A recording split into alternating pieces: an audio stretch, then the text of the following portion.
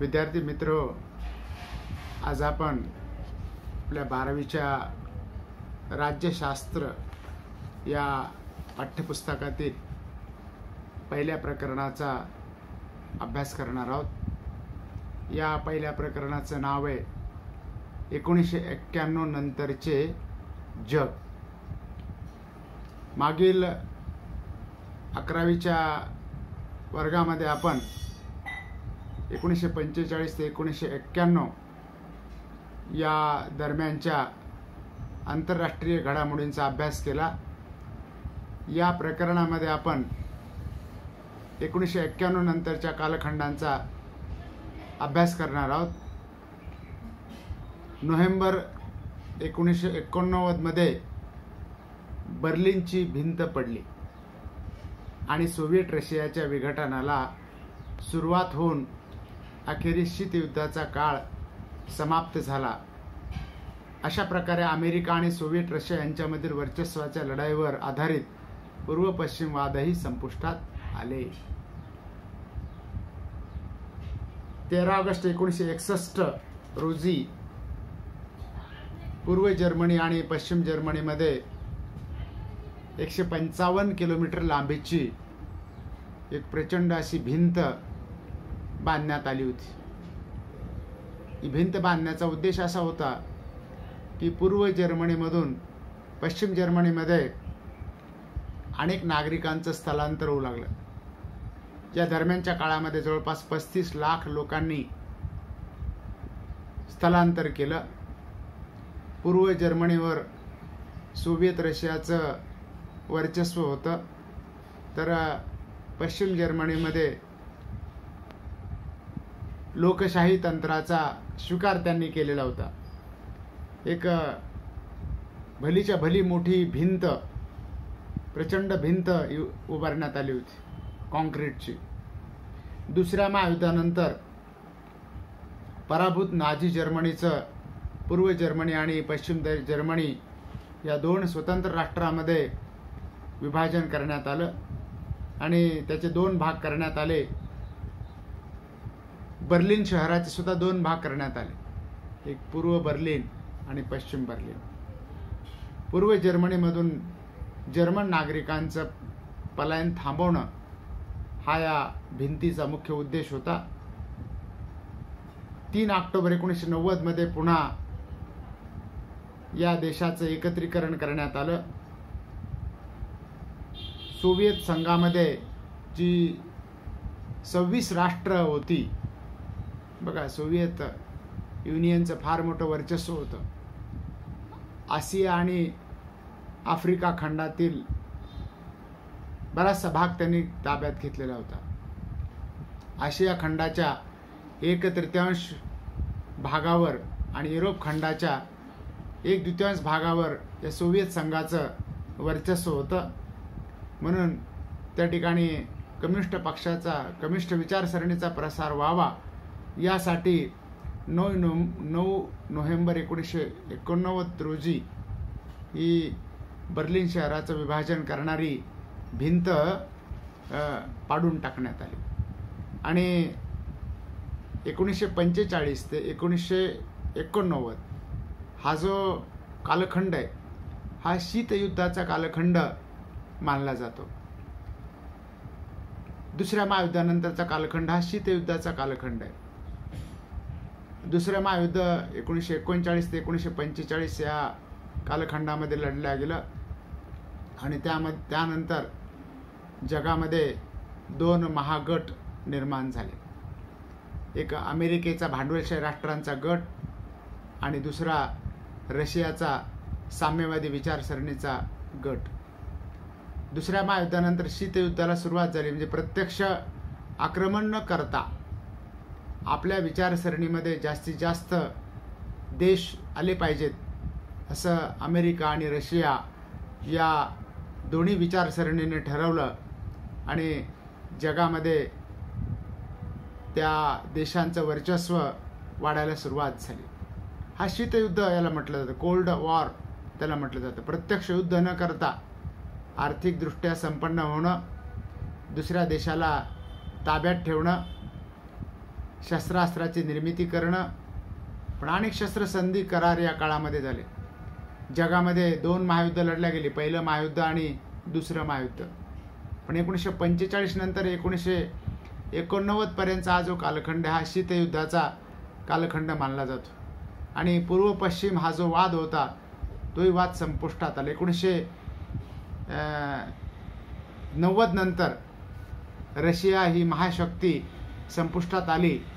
रशियाचं विभाजन झालं, छोटे छोटे 8 देश तयार झाले आणि त्यामुळं रशिया ही महाशक्ती न राहता फक्त अमेरिकेचंच वर्चस्व वाढलं. या शीतयुद्धानंतरच्या काळातील घटना आणि घडामोडींचा अभ्यास आपल्याला मुख्य 5 परिणामाद्वारे करता येतो. पहिला परिणाम तो म्हणजे शीतयुद्धाचा शेवट झाला आणि नव्या राष्ट्रांचा उदय झाला. दुसऱ्या महायुद्धानंतर अनेक देश स्वतंत्र झाले. स्वातंत्र्याचे लढे त्या देशामध्ये पुकारले गेले. भारताला सुद्धा 15 ऑगस्ट 1947ला स्वातंत्र्य मिळालं आणि भारतासारख्या अनेक देशांनी लोकशाही शासन पद्धतीचा स्वीकार केला. एक तिसरी महाशक्ती दुसऱ्या महायुद्धानंतर निर्माण झाली आणि तिसरा गट आहे तो म्हणजे तिसरी महाशक्ती आहे ती म्हणजे अलिप्ततावादी राष्ट्रांचा एक गट. यामध्ये सुमारे 150 राष्ट्र आहेत. तर दुसऱ्या महायुद्धानंतर 1990 पर्यंत अमेरिका आणि रशियाचं शीतयुद्ध चालू होतं. पण दुसऱ्या 1990 नंतर शीतयुद्धाचा शेवट झाला आणि अनेक नव्या राष्ट्रांचा सुद्धा उदय 1990 नंतर झालेला आहे. दुसऱ्या महायुद्धानंतर सुद्धा झालेला आहे. याच काळात सोव्हिएट रशियाचं विघटन झालं आणि अनेक नवीन राष्ट्र विकसित झाले. दुसरा परिणाम झाला तो म्हणजे एकध्रुवीयतेचा उदय झाला. अमेरिका आणि सोव्हिएट रशिया यांच्यातील शीतयुद्ध संपल्याने द्विध्रुवीयता संपुष्टात आली. म्हणजे एक तर कमिस्ट विचारसरणी रशियाची आणि अमेरिकेची भांडवलशाही विचारसरणी. तर ही रशियाचं विघटन झालं, आर्थिक मंदी सोव्हिएत संघामध्ये आली आणि 1990ला ही जी अडचण वाटू लागली, बर्लिनची भिंत ही पाडण्यात आली आणि सोव्हिएत रशिया ही जी महाशक्ती आहे ही हळूहळू त्या ठिकाणी समाप्त झाली. अमेरिकेचं वर्चस्व वाढू लागलं. त्याला एकध्रुवीय आंतरराष्ट्रीय व्यवस्था असं म्हटलं जातं. तिसरा परिणाम झाला तो म्हणजे मानवी हक्क आणि मानवतावादी हस्तक्षेप वाढला. जे मानवी हक्कांना महत्त्व आलं. गुलामगिरीची व्यवस्था जगातून नष्ट झाली पाहिजे. स्वयंनिर्णयाचा अधिकार असला पाहिजे. काळे विरुद्ध गोरे हा जो संघर्ष हा संपुष्टात आला पाहिजे. माणसानं माणसाशी माणसाप्रमाणे वागलं पाहिजे.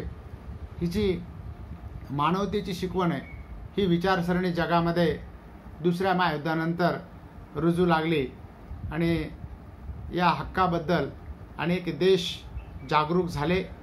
त्यामुळे अनेक देशामध्ये स्वातंत्र्य लढे पुकारले गेले. इंग्रजांची राजवट जवळपास जगातील 150 देशावर होती. ब्रिटिशांचे राज्य होतं. ही गुलामगिरीची व्यवस्था किंवा वर्चस्ववादी वृत्ती ही हळूहळू संपुष्टात येऊ लागली. अनेक देशामध्ये स्वातंत्र्यासाठी लढे पुकारले गेले. त्यामध्ये आपल्याला माहिती आहे की अनेक राज्यक्रांती झाल्या. रशियन राज्यक्रांती झाली, फ्रेंच राज्यक्रांती झाली. भारतामध्ये सुद्धा स्वातंत्र्य लढे पुकारले गेले आणि या दृष्टिकोनातून मानवतावादी दृष्टिकोनातून हा विचार जगामध्ये सुरू झाला. चौथा परिणाम 1990 नंतर झाला तो म्हणजे अनेक दहशतवादी विचारसरणी स्वीकारणारे काही दहशतवादी अतिरेकी निर्माण झाले. त्यांनी काही संघटना निर्माण केल्या. अल-कायदा, जैश-ए-मोहम्मद, लष्कर-ए-तैयबा यासारख्या आंतरराष्ट्रीय स्तरावर कार्यरत असणाऱ्या दहशतवादी संघटना निर्माण झाल्या आणि त्याचे अनेक परिणाम जगातील अमेरिका, रशिया, भारतासारख्या बलाढ्य देशांना हे भोगावे लागले. त्याचा एक परिणाम आहे 11 सप्टेंबर 1901ला अमेरिकेविरुद्ध या अतिरेक्यांनी हल्ला केला. 9/11चा हल्ला त्याला म्हटलं जातं. हे दहशतवादाचं एक विकृत असं स्वरूप आहे. अमेरिकेचं वर्ल्ड ट्रेड सेंटर आणि पेंटागॉन या इमारतीवर ओसामा बिन लादेन या अतिरेक्यानं केलेले हल्ले हे जगामध्ये प्रसिद्ध आहेत. त्यानं अमेरिका हादरून गेली. 5वा परिणाम झाला तो म्हणजे बहुध्रुवीयता आणि प्रादेशिकतावाद वाढला. दुसऱ्या महायुद्धानंतर आणि 1990 नंतर अनेक देश स्वतंत्र झाले. एकच एक विचारसरणी त्यांनी स्वीकारली नाही. स्वातंत्र्य, समता, बंधुता, न्याय या विचारसरणीला प्राधान्य मिळू लागलं. मुख्यतः दुसऱ्या महायुद्धानंतर आणि 1990 नंतर चीन आणि भारत या राष्ट्रांचा प्रभाव वाढला. इंडो पॅसिफिक देशांचं प्रस्थ वाढलं आणि व्लादिमीर पुतिन यांच्या अध्यक्षतेखाली रशियाचाही उदय झाला. भारताला स्वातंत्र्य मिळालं. चीननेही साम्यवादी विचारसरणी स्वीकारली आणि रशियामध्ये सुद्धा त्या ठिकाणी साम्यवादी विचारसरणी स्वीकारली. या घडामोडीबरोबरच प्रादेशिकतावादाचा विकास झाला. प्रादेशिकतावाद म्हणजे आपला जो भाग आहे किंवा सम विचारसरणी स्वीकारणारे जे देश आहेत त्यांचे अशा अनेक संघटना निर्माण झाल्या. नाटो संघटना, सिटो संघटना किंवा आसियान संघटना, सार्क शिखर परिषद अशा अनेक जगातील समविचारवादी विचारसरणीच्या संघटना निर्माण झाल्या. आपल्या प्रदेशावर प्रेम करणं, आपल्या प्रदेशाचा विकास करणं ही भूमिका त्या काळामध्ये अनेक देशांनी स्वीकारली आणि या प्रदेश आणि प्रादेशिक संस्थांचं महत्त्व वाढत गेलं. महासत्तेला आंतरराष्ट्रीय राजकारणामध्ये महत्त्वाचं स्थान असतं. महासत्ताकडे जागतिक घडामोडीवर प्रभाव टाकून आपले हित साधण्याची क्षमता असते. दुसऱ्या महायुद्धानंतर शीतयुद्धाच्या काळात अमेरिका आणि सोव्हिएट रशिया या 2 महासत्ता एकमेकांसमोर उभ्या टाकल्या होत्या. आता रशिया ही महासत्ता संपुष्टात आली होती आणि अमेरिका ही महासत्ता ही विकसित होऊ लागली. अमेरिका हा अत्यंत सुधारलेला देश, पुढारलेला देश, आर्थिक संपन्न असलेला देश आणि भौतिक प्रगतीच्या बाबतीत अत्यंत सुधारलेला देश, अत्याधुनिक शस्त्रास्त्र यानं परिपूर्ण असलेला देश म्हणून त्याला महासत्ता म्हटलं जातं. या दरम्यान 1990 नंतर शीतयुद्धाचा शेवट झाला आणि नव्या राष्ट्रांचा उदय झाला. 1989 मधील पूर्व युरोपातील क्रांतीनंतर आंतरराष्ट्रीय संबंधामध्ये 2 महत्त्वाचे प्रवाह आढळतात. पहिला प्रवाह म्हणजे स्वयंनिर्णयाच्या हक्कावर आधारित वांशिक राष्ट्रवादाच्या संकल्पनेचा आग्रह झाला आणि दुसरा परिणाम झाला तो म्हणजे द्विध्रुवीयतेचा अस्त झाला. अमेरिका आणि सोव्हिएट रशिया या 2 महासत्ता अस्तित्वात आल्यामुळे द्विध्रुवीयता अबाधित होती. सत्तेच्या 2 केंद्रामध्ये जग विभाजित झालेले होतं.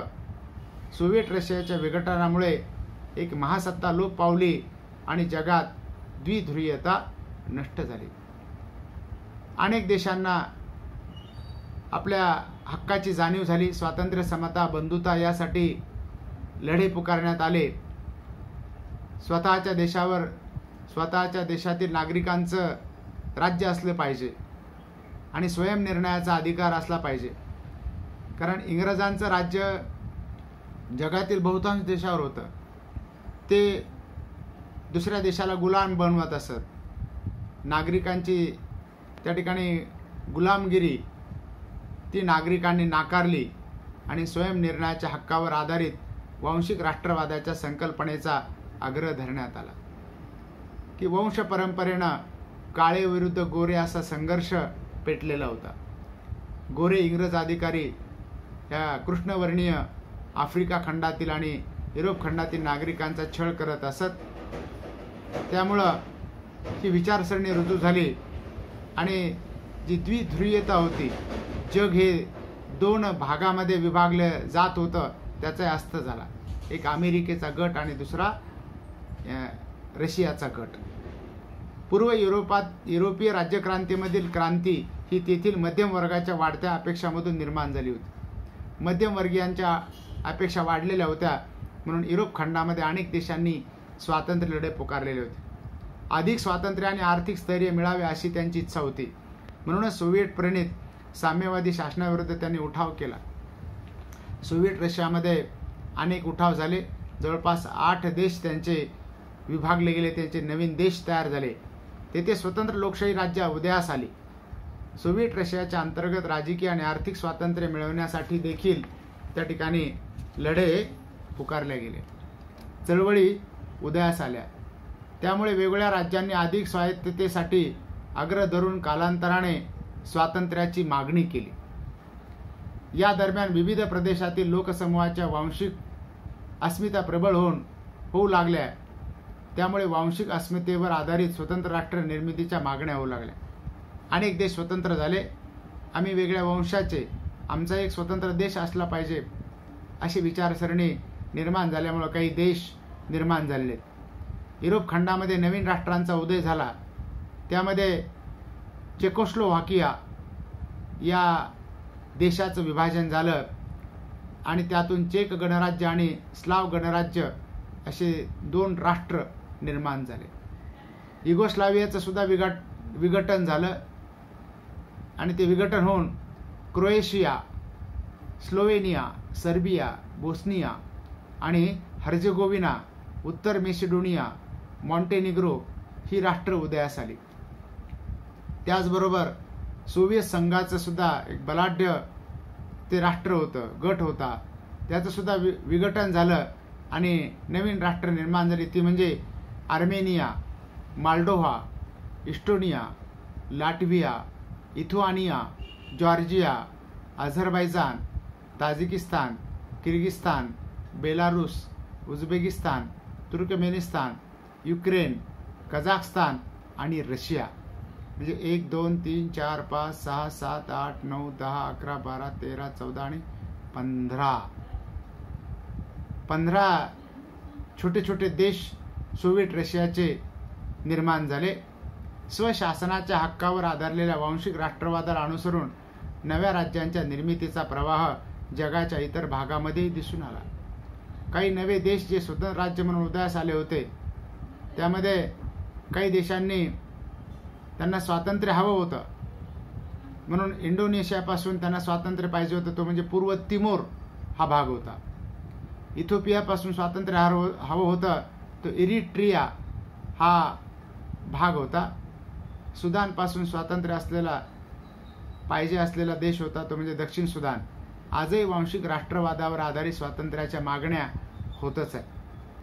कॅटलोनिया या भागातील लोकांना स्पेनपासून स्वातंत्र्य हवं आहे, तर कोसोवा या भागातील लोकांना सर्बियापासून स्वातंत्र्य हवं आहे. या कोसोवाचा स्वतंत्र देशाचा दर्जा सर्बियानं आणि युरोपातील काही देशांनी मान्य केलेला आहे. रशियापासून स्वातंत्र्य हवं असलेला देश आहे तो म्हणजे चेचन्या.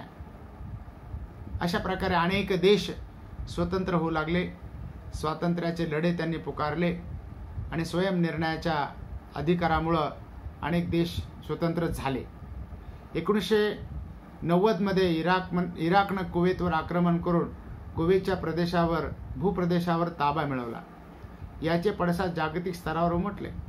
संयुक्त राष्ट्रांनी या प्रकरणाची दखल घेतली, त्यावर चर्चा केली. इराक विरुद्धच्या कारवाईत पुढाकार घेत अमेरिकेने एका बहुराष्ट्रीय सैन्याचं नेतृत्व केलं. या युद्धात कुवेतची इराकच्या ताब्यातून सुटका केली. अमेरिकेचे तत्कालीन राष्ट्राध्यक्ष जॉर्ज एच बुश सिनियर यांच्या मते हा एक नैतिक विजय होता. या नव्या जागतिक परिस्थितीला न्यू वर्ल्ड ऑर्डर अशी संज्ञा वापरली गेली. अमेरिकेच्या कृतीला जागतिक पातळीवर पाठिंबा मिळाला. यात सोव्हिएट रशिया, चीन, नाटोमधील सहभागी देश, इस्रायल आणि अरब देशामध्ये सौदी अरेबियाचा देखील समावेश होता. बघा, अमेरिकेने हस्तक्षेप केला. इराकनं कुवेतवर आक्रमण केलं होतं, त्या इराकची सुटका अमेरिकेनं केली. तिथं तत्कालीन राष्ट्राध्यक्ष जॉर्ज एच बुश यांनी सैन्य पाठवलं आणि त्या ठिकाणी इराकची मुक्तता केली. कुवेत वेगळा झाला आणि या कृतीला जागतिक घडामोडीमध्ये महत्त्व दिलं जातं. म्हणून या घटनेनंतर एक ध्रुवीयता म्हणजे अमेरिकेचं वर्चस्व हे जागतिक पातळीवर वाढलेलं आहे. सौदी अरेबियासारख्या देशानं सुद्धा अमेरिकेचं त्या ठिकाणी या कृतीचं समर्थन केलेलं आहे. अंतर्गत समस्यांनी ग्रासलेल्या सोव्हिएट रशियाचे 1991 मध्ये विघटन झालं. अनेक देश निर्माण झाले. हे वरच्या बाजूला बघा सोव्हिएत रशियाचा इथं नकाशा दिलेला आहे. Estonia, Latvia, Lithuania, Belarus, Ukraine, Moldova, Georgia, Armenia, Azerbaijan, Turkmenistan, Uzbekistan, Kyrgyzstan, Tajikistan असे देश त्या रशियाचे तयार झाले. अमेरिकेसमोर फारसे वैचारिक आव्हान उरले नव्हते. कालांतराने नवीन जागतिक व्यवस्था या संज्ञेचा अर्थ राष्ट्रीय सुरक्षेशी जोडून जागतिक पातळीवर अमेरिकन वर्चस्वाला आणि नेतृत्वाला सर्व मान्यता आहे असा घेण्यात आला. म्हणजे अमेरिकेचं वर्चस्व जगातील अनेक देशांनी मान्य केलं. एक ध्रुवीयता असं याला म्हटलं जातं. आणि ही पहिली व्यवस्था होती, अभिव्यक्ती होती की इराकची सुटका कुवेतमधून अमेरिकेने केलेली आहे. अमेरिका आता जगात एक प्रबळ राष्ट्र म्हणून प्रस्थापित झाले होते. अमेरिकेच्या वर्चस्वाला राजकीय आणि आर्थिक आयाम होते. राजकीयदृष्ट्या पूर्व युरोपातील अनेक पूर्वाश्रमीच्या साम्यवादी राजवटींनी अमेरिकी उदारमतवादी लोकशाही तत्वावर आधारलेली शासन प्रणाली स्वीकारली.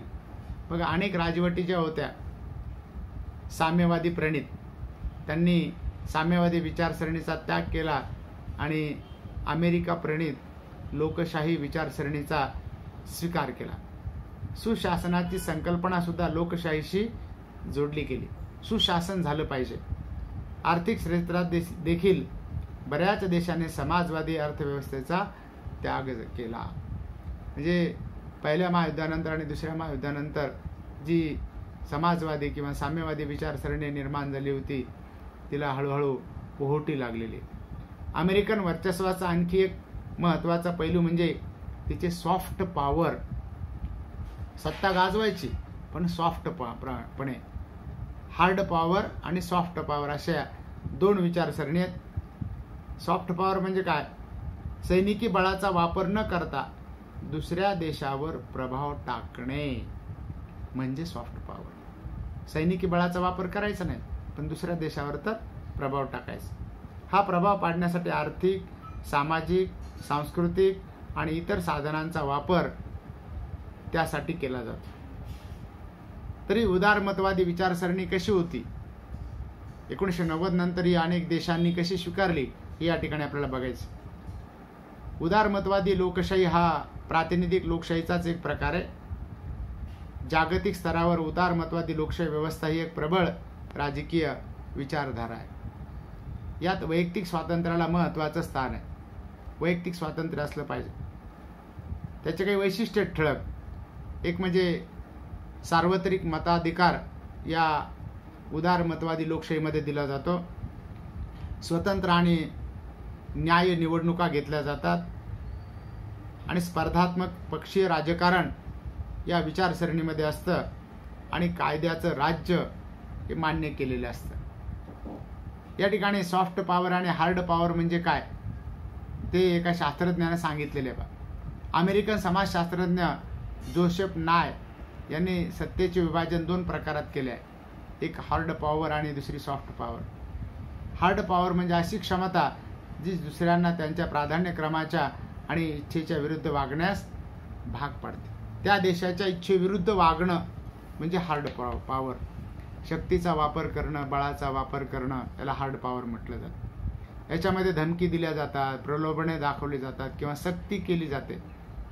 पण सॉफ्ट पॉवर अशी आहे जी अमेरिकेनं वापरली की अशी क्षमता ज्यामुळे तुम्हाला हवे तेच दुसऱ्यांना हवेसे वाटेल. आज अमेरिका ही बलाढ्य शक्ती आहे. अमेरिका सॉफ्ट पॉवरचा वापर करते. सैनिकी बळाचा वापर न करता मग आर्थिक निर्बंध लादणं किंवा आपलंसं मत, भांडवलशाही मत त्या ठिकाणी लादणं ही विचारसरणी अमेरिकेने स्वीकारलेली. सक्तीपेक्षा आकर्षण निर्माण करून स्वतःची ध्येय साध्य करण्याची क्षमता निर्माण करणं म्हणजे सॉफ्ट पॉवर. त्याची काही उदाहरणं अमेरिकेची दिली जातात की अमेरिका सॉफ्ट पॉवर कशी वापरते. त्यातलं पहिलं उदाहरण दिलं जातं ते म्हणजे शैक्षणिक देवाणघेवाण कार्यक्रम अमेरिकेने आखलेला आहे. अमेरिका हा देश विद्यार्थ्यांसाठी अतिशय अनुकूल आहे. गेल्या काही वर्षामध्ये अमेरिकेत शिकणाऱ्या आंतरराष्ट्रीय विद्यार्थ्यांचा आकडा भरपूर प्रमाणात आहे. बघा, जगातून विद्यार्थी अमेरिकेमध्ये शिकण्यासाठी जातात आणि अमेरिका हा शिकण्यासाठी अनुकूल देश त्यांनी बनवलेला आहे. त्यामुळं अमेरिकेचा एक सॉफ्ट पॉवर निर्माण झालेला आहे. दुसरं सॉफ्ट पॉवर आहे ते म्हणजे आंतरजाल, इंटरनेटचं माध्यम अमेरिकेने वापरलेलं आहे. या आंतरजालाद्वारे किंवा इंटरनेटद्वारे लोकशाही आणि अभिव्यक्ती स्वातंत्र्याचा प्रसार ही अमेरिका करते. हा त्याच्या सॉफ्ट पॉवरचाच एक भाग आहे. त्याचबरोबर काही फूड चेन्स निर्माण केलेले आहेत. व्यापारी दृष्टिकोनातून काही अन्न आयात निर्यातीच्या चेन साखळी पद्धतीनं अमेरिकेनं निर्माण केलेल्या आहेत. ही अमेरिकेची फूड चेनची एक जागतिक ओळख आहे. त्यामध्ये McDonald, Subway, Pizza Hut, burger king इत्यादी जे कंपन्या निर्माण केलेल्या आहेत अमेरिकेनं, याद्वारे अमेरिका जगावर वर्चस्व गाजू पाहत आहे. त्यानंतरचा परिणाम आहे तो म्हणजे मानवी हक्क आणि मानवतावादी हस्तक्षेप वाढलेला आहे. 1990 नंतर राष्ट्रांचं विघटन आणि नव्या राष्ट्रांचा उदय या प्रक्रिया नेहमी शांततामय असतीलच असे नाही. अनेक देशामध्ये संघर्षमय लढे पुकारले गेले. उदाहरणार्थ युगोस्लावियाच्या बोस्निया आणि हर्जेगोविना प्रांतामध्ये प्रचंड प्रमाणात वांशिक हिंसाचार झाला. भारतामध्ये सुद्धा हिंसाचार काही प्रमाणात झाला आणि आपल्याला त्या ठिकाणी स्वातंत्र्य मिळालं. चेचन्या, पूर्व तिमोर आणि एरिट्रिया या प्रदेशामध्ये देखील संघर्ष झाले. हिंसेच्या या प्रसंगामध्ये मानवी हक्काच्या होत असलेल्या पायमल्लीमुळे लोकांमध्ये चिंतेचे वातावरण होते. बघा, अनेक लोकांना आपले जीव गमवावे लागले, प्राण गमवावे लागले. त्यामुळं मानवी हक्काची ही पायमल्ली होऊ लागली. एक महत्त्वाची जागतिक संघटना म्हणून संयुक्त राष्ट्र दुसऱ्या महायुद्धानंतर उदयाला आले आणि संयुक्त राष्ट्रानं शांततेसाठी या देशामध्ये हस्तक्षेप करायला सुरुवात केली. युद्धाची परिस्थिती निर्माण जी झालेली आहे त्यावर नियंत्रण मिळवणं आणि जगामध्ये शांतता प्रस्थापित करणं ही युनोची किंवा युनायटेड नेशन्सची, ज्याला आपण संयुक्त राष्ट्रसंघ म्हणतो, संयुक्त राष्ट्र म्हणतो, या संघानं त्या ठिकाणी सुरुवात केलेली आहे. शांतता रक्षण हे संयुक्त राष्ट्राच्या प्रमुख कार्यामधील एक कार्य आहे. दुसऱ्या महायुद्धानंतर जे शीतयुद्ध सुरू झालेलं होतं, या शीतयुद्धाच्या काळात संयुक्त राष्ट्र युद्धजन्य परिस्थिती असणाऱ्या प्रदेशात शांतता प्रस्थापित करण्याच्या दृष्टीनं हस्तक्षेप करू लागले. कारण संयुक्त राष्ट्राला स्वतःचं असं सैन्य नाही आहे. ही शांती सेना जगातील काही प्रमुख देशांनी मिळून निर्माण करायची आहे आणि ज्या ज्या देशामध्ये मानवी हक्काची पायमल्ली होते ती पायमल्ली नष्ट करण्यासाठी ती शांती सेना तिथे पाठवली जाते. या हस्तक्षेपाचे उद्दिष्ट केवळ चालू असणारे युद्ध थांबवणे हे नसून भविष्यात अशा प्रकारच्या संभाव्य युद्धांना आळा घालणे, शांतता प्रस्थापित करणे आणि पीडितांच्या मानवी हक्कांचं संरक्षण करणं हा या संयुक्त राष्ट्रसंघाचा उद्देश आहे. 24 ऑक्टोबर 1945ला युनोची स्थापना करण्यात आली. परंतु जागतिक शांतता आणि सुरक्षितता प्रस्थापित करण्यासाठी संयुक्त राष्ट्राच्या सदस्य देशांच्या स्वतःच्या सैन्यातून एका शांती सैन्याची स्थापना करण्यात आली. संयुक्त राष्ट्र शांतता रक्षक दल असं त्याला म्हटलं जातं. बऱ्याचदा शस्त्रसंधी लागू असताना संयुक्त राष्ट्र सुरक्षा परिषदेच्या शिफारसीनुसार संघर्ष प्रवण किंवा युद्ध क्षेत्रामध्ये शांतता रक्षक दलाला पाचारण केलं जातं. याच कारणासाठी संयुक्त राष्ट्रानं कंबोडिया, सोमालिया आणि युगोस्लाविया या देशामध्ये हस्तक्षेप केला, शांती सेना पाठवली आणि त्या देशाला स्वातंत्र्य मिळवण्यासाठी हातभार लावलेला. मानवी हक्काबद्दलची वाढती जागरूकता आणि आंतरराष्ट्रीय कायद्यामध्ये त्यांना मिळालेल्या पाठिंब्यामुळे मानवतावादी हस्तक्षेप या हक्क संरक्षणाच्या नवीन संकल्पनेचा उदय झाला. 1990चे दशक हे मानवतावादी हस्तक्षेपाचा सुवर्णकाळ म्हणावा लागेल. बघा, मानवतावादी हस्तक्षेप वाढला. माणसानं माणसाशी माणसाप्रमाणे वागलं पाहिजे. व्यक्तीची हत्या होता कामा नये, नरसंहार होता कामा नये. युद्ध थांबले पाहिजेत, युद्धानं प्रश्न सुटणार नाहीत, ही विचारसरणी जगामध्ये 1990 नंतर रुजू झाली. तर अशा प्रकारे ही मानवी हक्काची चळवळ जगामध्ये सुरू झालेली आहे. हा जो पान नंबर 5 वर युनायटेड नेशन्स त्याचा मानवी हक्काचा जो भाग आहे तो यावर्षीच्या अभ्यासक्रमातून वगळण्यात आलेला आहे. त्याचबरोबर पुढच्या पानावर पान नंबर 6 वर भारताचे मानवतावादी कार्य हे हा जो भाग आहे हाही अभ्यासक्रमातून वगळण्यात आलेला आहे. तुम्ही तो स्वयं अध्ययनासाठी वापरायचा आहे. त्यानंतर आपण बघणार आहोत तो म्हणजे दहशतवाद. दुसऱ्या महायुद्धानंतर जे शीतयुद्ध निर्माण झालं होतं ते शीतयुद्ध थांबलं आणि एकध्रुवीयता व्यवस्था निर्माण झाली. त्याचबरोबर दहशतवादी काही संघटना सुद्धा जगामध्ये निर्माण झाल्या. या दहशतवादाची झळ अमेरिका त्याचबरोबर भारतासारख्या देशांना सुद्धा त्या ठिकाणी बसलेली आहे.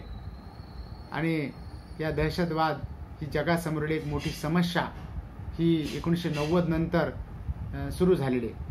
11 सप्टेंबर 2001 रोजी झालेल्या न्यूयॉर्क ट्रेड सेंटर आणि वॉशिंग्टन DC मधील पेंटागॉनवरील हल्ल्यानं जो 9/11चा हल्ला म्हणून ओळखला जातो, दहशतवादाचं एक नवीन रूप जगासमोर आलेलं आहे. त्याला अनेक टेररिस्ट निर्माण झाले, अतिरेकी निर्माण झाले. ओसामा बिन लादेन, अल कायदा, जैश ए मोहम्मद, लष्कर ए तैयबा यासारख्या लष्करी संघटना जगामध्ये निर्माण झाल्या आणि हे नरसंहार करतात, लोकांची अमानुषपणे हत्या करतात. यांच्याही काही मागण्या आहेत आणि जगावर वर्चस्व प्राप्त करण्याचा प्रयत्न करत आहेत. दहशतवादाची संकल्पना तशी जुनी आहे. समाजात भीती निर्माण करून राजकीय, धार्मिक आणि वैचारिक उद्दिष्ट पूर्ण करण्याच्या हेतूनं चालविलेला हिंसाचार किंवा निर्माण झालेला धाक म्हणजे दहशतवाद होय. वैचारिक भीती निर्माण करायची, समाजामध्ये भीती निर्माण करायची, राजकीय स्वरूपाची, धार्मिक स्वरूपाची आणि वैचारिक स्वरूपाची. साधारणपणे सरकारी संस्था आणि अधिकारी यांना लक्ष्य केलं जातं आणि त्यांची हत्या केली जाते.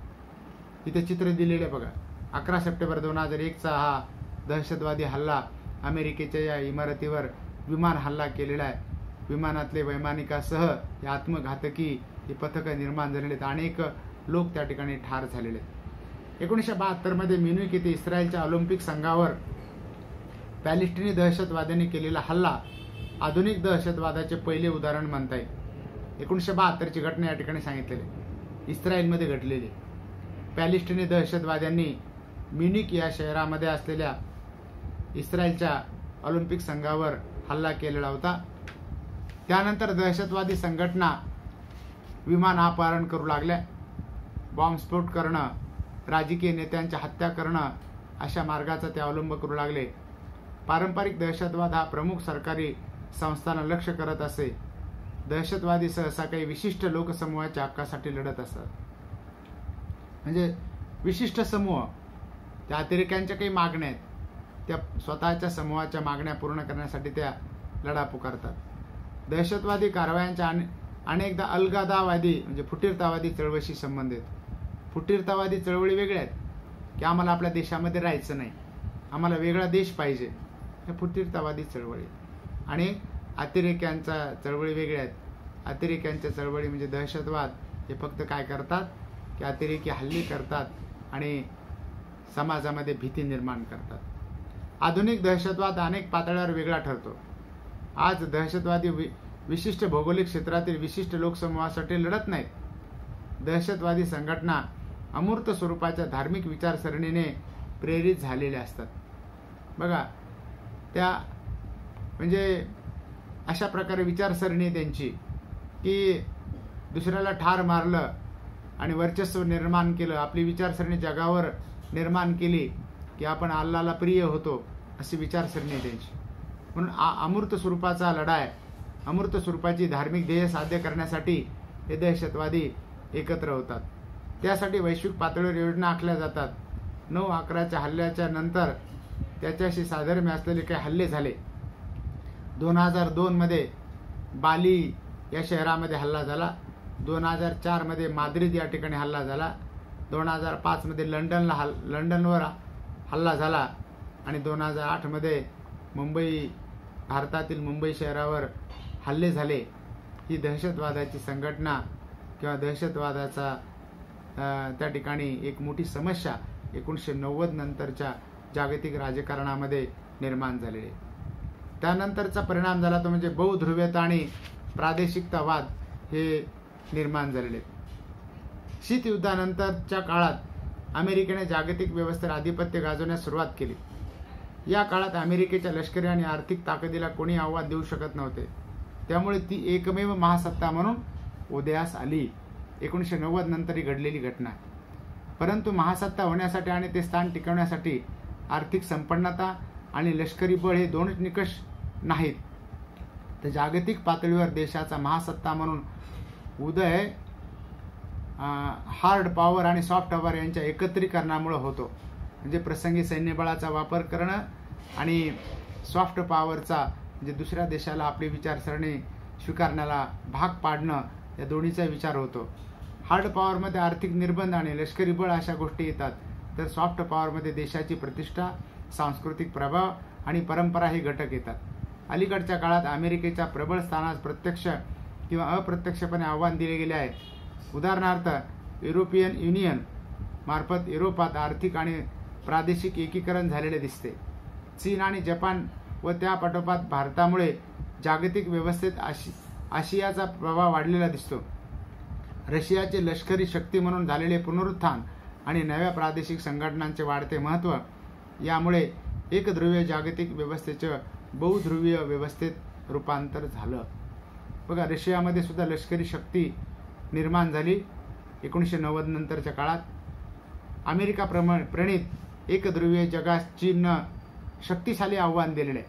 बघा, चीन सुद्धा आज एक बलाढ्य देश म्हणून पुढे येतो आहे. भारत सुद्धा एक बलाढ्य देश म्हणून पुढे येतो आहे.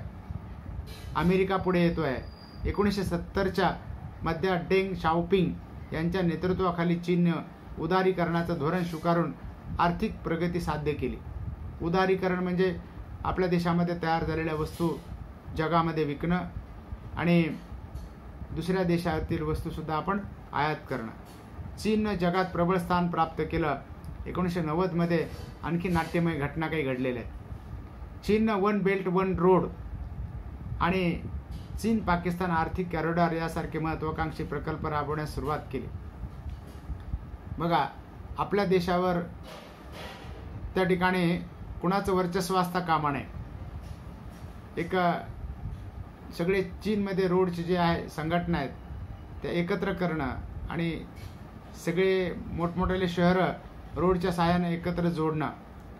त्याचबरोबर चीननं पाकिस्तानबरोबर आर्थिक संबंध प्रस्थापित करायला सुरुवात केली. कारण भारत हा एक बलाढ्य देश विकास पाहू लागला, म्हणून त्याला शह देण्यासाठी चीननं पाकिस्तानशी मैत्री करायला सुरुवात केली. म्हणून त्या ठिकाणी महत्वाकांक्षी प्रकल्प हे राबवायला सुरुवात केली आणि त्यावर आपले प्रभाव पाडायला सुरुवात केली. मध्य आशिया आणि पूर्व आशिया या प्रदेशावर वर्चस्व गाजवायला सुरुवात केली. आफ्रिकेत देखील प्रवेश करून शेजारी देशापलीकडे प्रभाव पाडण्याची आकांक्षा चीन दाखवू लागलेला आहे. दक्षिण चीनी सागरावर आपला हक्क सांगण्यासाठी चीन आपले नौदल व वायुसेना भक्कमपणे उभारत आहे. मागे थोड्याच दिवसापूर्वी भारतावर सुद्धा चीननं आक्रमण केलेलं होतं. ते आक्रमण भारतीय सैन्यानं यशस्वीपणे परतून लावलेलं आहे. रशियाने तेल आणि वायू निर्मितीच्या क्षेत्रात मोठी प्रगती केलेली आहे. रशिया ऊर्जा स्रोताची महासत्ता म्हणून उदयास आली आहे. हल्लीच्या काळात येथे आर्थिक स्थैर्यामुळे राष्ट्रनिष्ठा जागृत होऊन लष्कराचा प्रभाव वाढलेला दिसतो. रशिया हा शांघाय कोऑपरेशन ऑर्गनायझेशन या संस्थापक सदस्य असल्यामुळे मध्य आणि पूर्व युरोपात रशियाचा बऱ्यापैकी प्रभाव कायम आहे असं दिसतं. ही एक संघटना आहे, शांघाय संघटना कोऑपरेशन ऑर्गनायझेशन. तर या संघटनेची रशिया सामील आहे. तर तेल आणि वायू क्षेत्रामध्ये रशियानं मोठी प्रगती केली आणि रशियाच्या सुद्धा ऊर्जा स्त्रोत्रामध्ये एक महासत्ता म्हणून उदयास आलेली. आज घडीला इंडो पॅसिफिक प्रदेशाचे महत्त्व वाढीस लागले आहे. पॅसिफिक महासागरातील भारताच्या सभोवती असलेले जे देश आहेत तर इंडो पॅसिफिक म्हटलं जातं. चीन आणि भारतासारख्या देशामुळे झालेली आर्थिक वृद्धी, दक्षिण चीन महासागरातील संघर्ष, आशियानचे वाढलेले महत्त्व आणि पॅसिफिक प्रदेशात अमेरिकेला असणारा रस यामुळे या प्रदेशाचे महत्त्व आणखी वाढीस लागले आहे. भविष्यात भारताची या प्रदेशामध्ये महत्त्वाची भूमिका असेल. आशियानी संघटना, South Asian Association of Regional Cooperation अशा संघटना निर्माण झालेल्या आहेत.